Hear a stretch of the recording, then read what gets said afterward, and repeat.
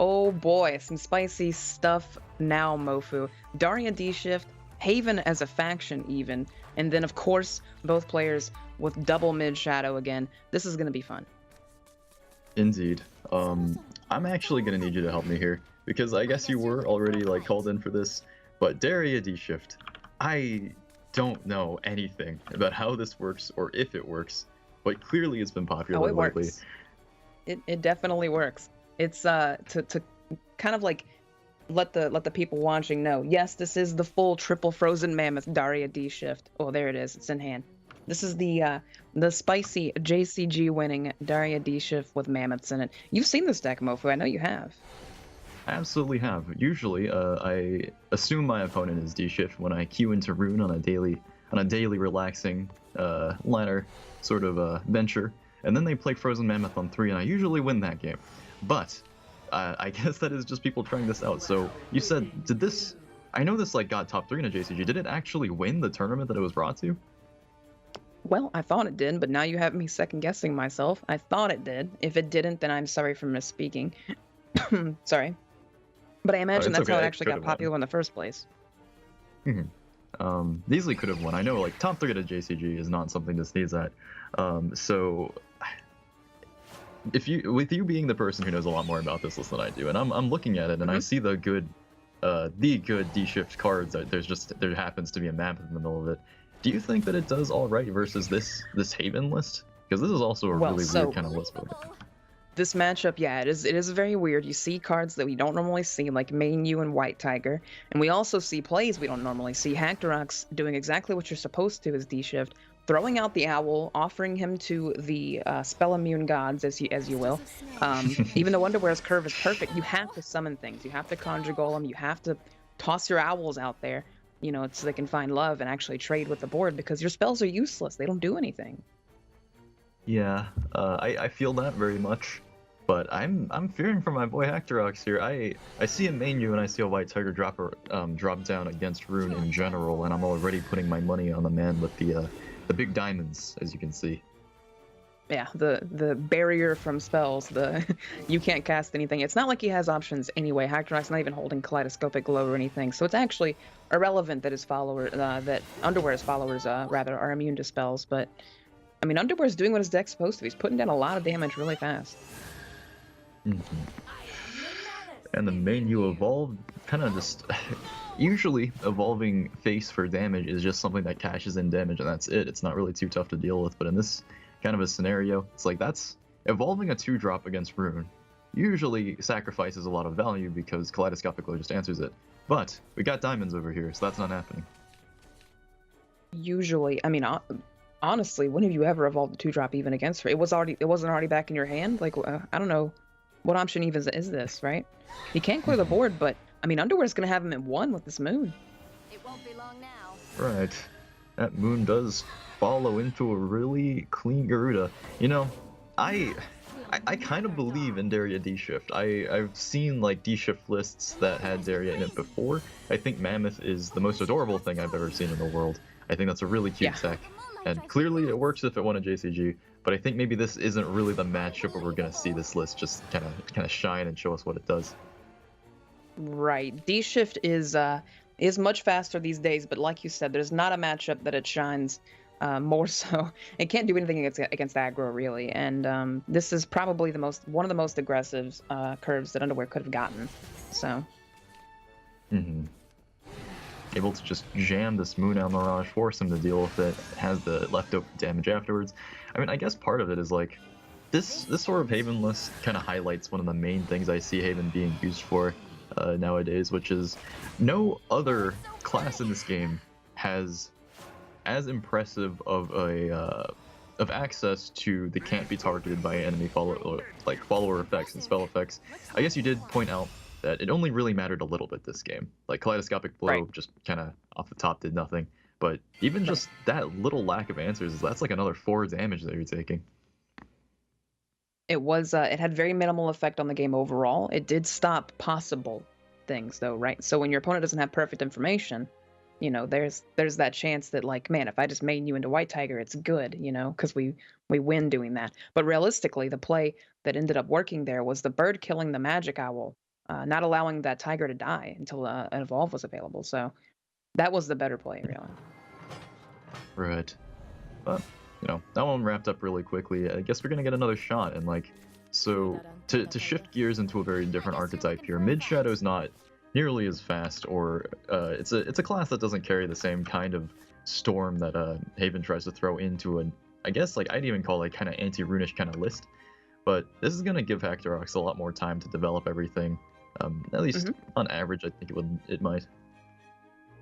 I also agree with that. I think on average, even kaleidoscopic glow. I mean, we did mention how it didn't have much effect last game, but spells that this hand's amazing for Hacterox. But spells they're able to target followers, they're gonna have a much easier time. Oh my gosh, this hand. He has the hand. Can you walk me through this? Because I mean, I am the young disciple here. I don't know how to play this deck. I've never watched someone play this deck before. What is how does this hand like? I mean, I guess it's pretty simple. It's obvious he has his win condition, his pieces, but like, where do you develop from here? How does this all like play out? Well, usually, sometimes drawing the second D shift is fairly bad for you, but for the most part, you just kind of want. Oh my gosh, this is okay. It's getting bad.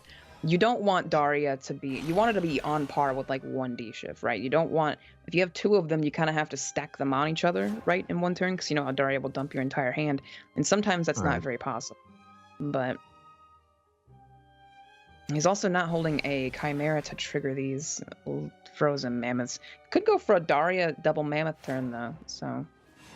That does sound pretty spicy, because I know that I was super surprised actually the day one of testing of Daria and Mammoth. I did not think it was gonna trigger the way it does, but between Daria and Chimera, that is two followers that can just wake these boys up. You're done for. These these sleeping mammoths just wake them up. Yeah, exactly. And I mean, I feel like we're talking a lot about the Daria deck because we've seen Mid Shadow so much, and because the Daria deck is so fancy. But you know, while we're doing that, Underwear is establishing kind of what his deck is meant to do. This amazing board that is just so sticky. It might as well be made of glue. Right. Something also worth mentioning is I think he is actually just playing perfectly here. I say this because the one edge, the really, really annoying thing that Shadow can do as a class against Rune, just in every single matchup actually, maybe with the exception of Dirtburn, is you evolve those Bone Chimeras. It can't be kaleidoscoped. There's no actual answer to this. Nothing clean that Rune can do to just jam that damage. Right, especially when older Levi. Older Levi has been cut out of list. There's no Crimson Sorceries to toss 3 damage at those. And he does go for the play I mentioned earlier, that Daria into double Mammoth, even ditching a bird. Poor bird. Oh my. Poor bird indeed, but that's kind of what the deck does right there. Alright, it throws away its D-shifts. I mean, I imagine against Control or like a much slower matchup, maybe being able to keep those would have been like, this is like a lethal setup if you have a D-shift behind this. Right there, you just need one. I'm seeing it now. Yeah, exactly. It definitely can be very potent, but I mean, you've seen this now, Mofo. You asked me at the beginning of the game what the deck does, how does it play. What do you think now? What do you think of the deck now that you've seen it? I think I can try to break it down to fundamentals as much as I can, which is the strongest thing you can do in Shadowverse, and this has been time tested and proven over and over again by many top tier decks that have most of which been nerfed, is remove your opponent's board, deal damage, and develop your own board at the same time.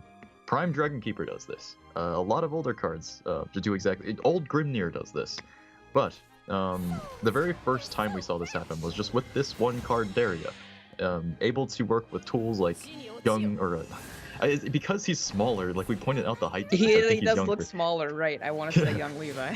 Yeah, old Levi, Piercing Rune. It used to do that a lot. But this is like a much like evolved and even to me and a lot of other people confusing version of it, where you set up these mammoths so you can have this one turn where you just blow them all up. You took control of the board. No way your opponent clears all of it, and then one D-ship behind that wins. Is that like? Am I getting this right? Because I actually have no idea what I'm talking about. No, yeah, you got it completely right. Yeah, Frozen Mammoth is a very difficult card to see value in, right? Because the 3 play point do nothing. and it does nothing for multiple turns, right? Like it's not like Knight's Way. It doesn't draw. It's not Spirit Cycle. It doesn't draw cards at least. It's very difficult to notice that. And some people didn't even know this worked. If you reduce a Daria or you reduce a Chimera, does it still trigger the Mammoth? You do know now, obviously, hopefully, but it is very hard to see value in those cards. I agree completely. Mm-hmm. It's just like something that just comes out of nowhere so unexpectedly. But I mean, he set up 2 very slow turns and ate half of his defense total as a price for that. But that's 2 Imperial Mammoths that Underwear is just not going to actually have an answer for. They're not evolved, they're not weak to Soul Squasher. At best, he walls them off here. Unbelievable. Yeah, you definitely have like this skeleton boy thing going on. I like these beefy hairy boys on the board, right? The mammoths, Right. but that's one drawback also to mammoth is that when you draw them later, you don't have many triggers in your hand. If you draw them later, they're just dead. So Right. Don't exactly synergize with some of the other things in the game, like Conjure Guardian here only. I think these things only cost like 3, and they wouldn't even count as playing a follower anyway.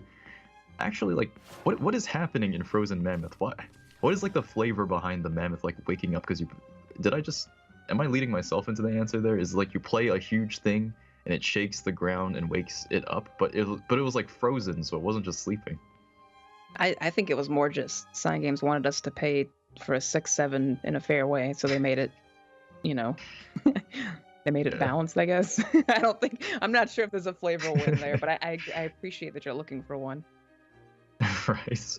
I mean, like, I see them do this a lot actually. There's a lot of like older cards from Basic or Classic that just never really once actually see the light of day from people's collections, and then suddenly they just reappear in like this new printed, easier to access version of it, like Art of the Ninja, or we got a lot of those in Rigid Bahamut actually, like Sadistic Knight, just like attempts at sticking them into different effects. A lot of the more recent ones, Mammoth making his way into the game is not recent. He's not a new card, but one that came out this expansion, I think, was Dragon Rearer. I always get this wrong. Dragon Rearer Matilda, spawning fire lizards. Cards that people didn't play. It's pretty interesting.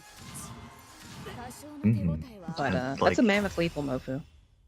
I'm speechless. Like, I guess I did already kind of set this up as I imagine a deck that is a combo deck. This is definitely a combo deck would have a pretty good edge against mid-range, but I mean, it just won through tempo that game. It didn't have any OTK. It just set down 2 mammoths, played a Daria into an Ogler, and from that point on, that was it.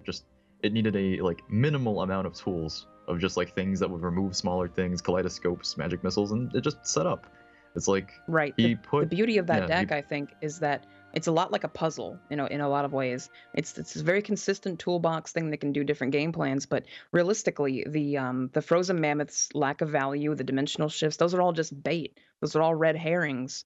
You're supposed to be looking at the Daria. That's the Daria into other things is the way the deck actually, triggers the Mammoths and actually gets on the board and wins, and that's how people watching can understand that deck.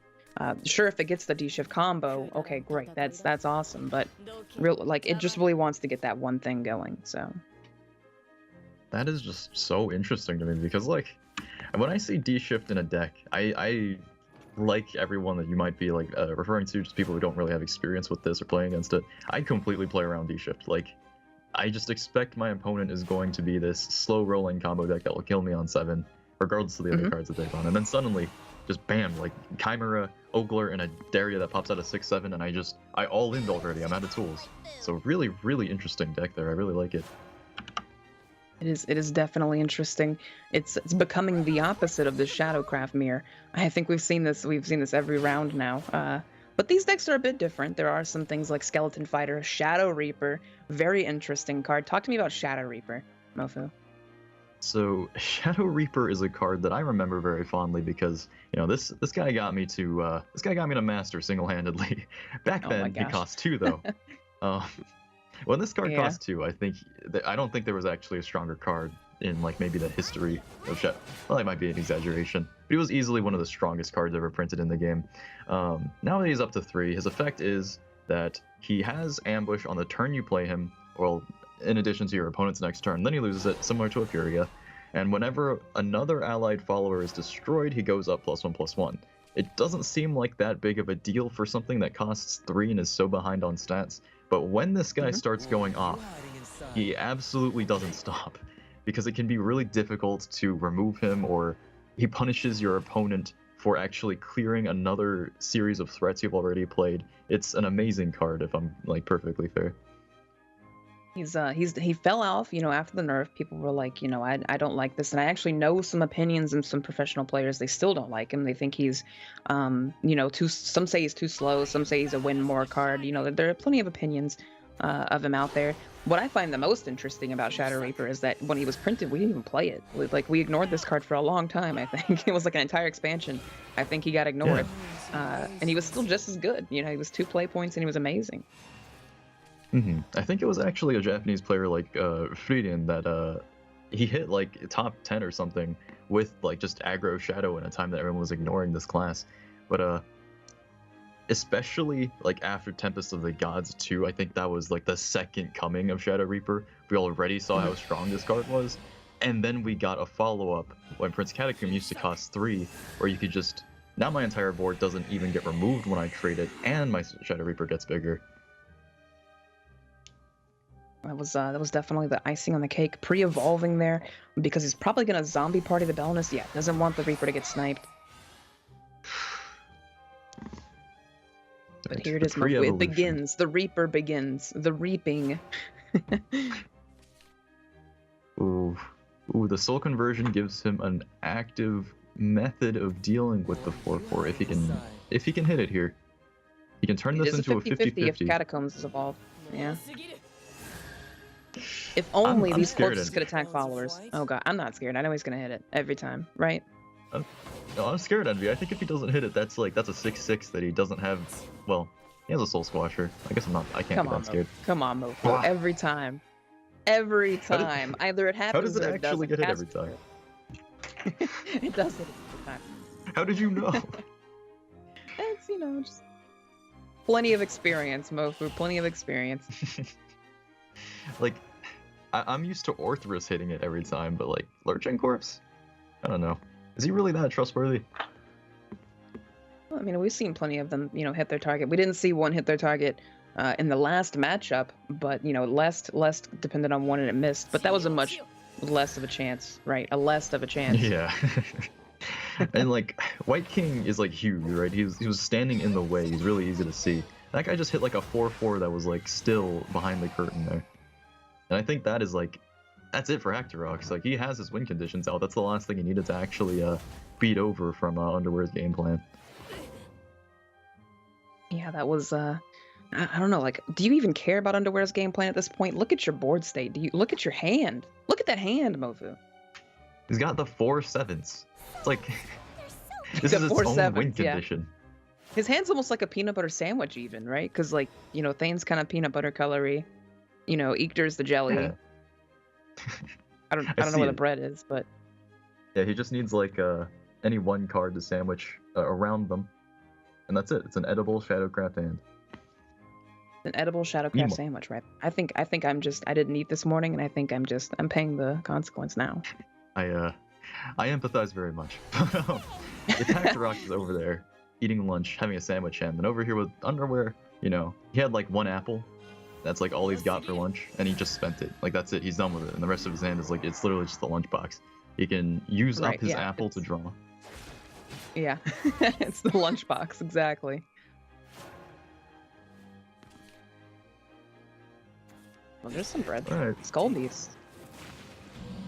Skull Beast, actually, that is kind of the color of bread. But anyway, I think we're seeing really just about how the end of this goes. It's like the hit on the Lurching Corpse, I think, even if he had missed, he did have the Soul Squasher in hand to deal with the Shadow Reaper afterwards. It would have like smacked Hacterox in the face for 6, but after that point, I'm just seeing Underwear's list is a lot more aggressive. It is really just kind of running out of fuel here. It is. It's definitely. It's running out of gas. It's running out of options, even. I mean, if Soul Conversion's lucky, which, not really. So, nah. He's kind of just dead. He's got his own jelly, or peanut butter. You said it's kind of blue. I don't know, like blue peanut butter. It's probably something that exists actually. I wouldn't know, but you know, not gonna be enough. I think it does, yeah. But yeah, like you said, 3 Eectors, double Thanes. What can you do? Get OTK'd. You know, it's the win condition of drawing multiple Eectors in a game. That's really the line of mid shadow here. Yeah, I mean, mid shadow's not even about. It's not even about value. It's about, you know, can I draw Eector? Can I draw Eector? And you know, the third option, can I draw Eector? While Thane is also a very important card. Very interesting mirror to watch. Let's see what Rainey has to say about.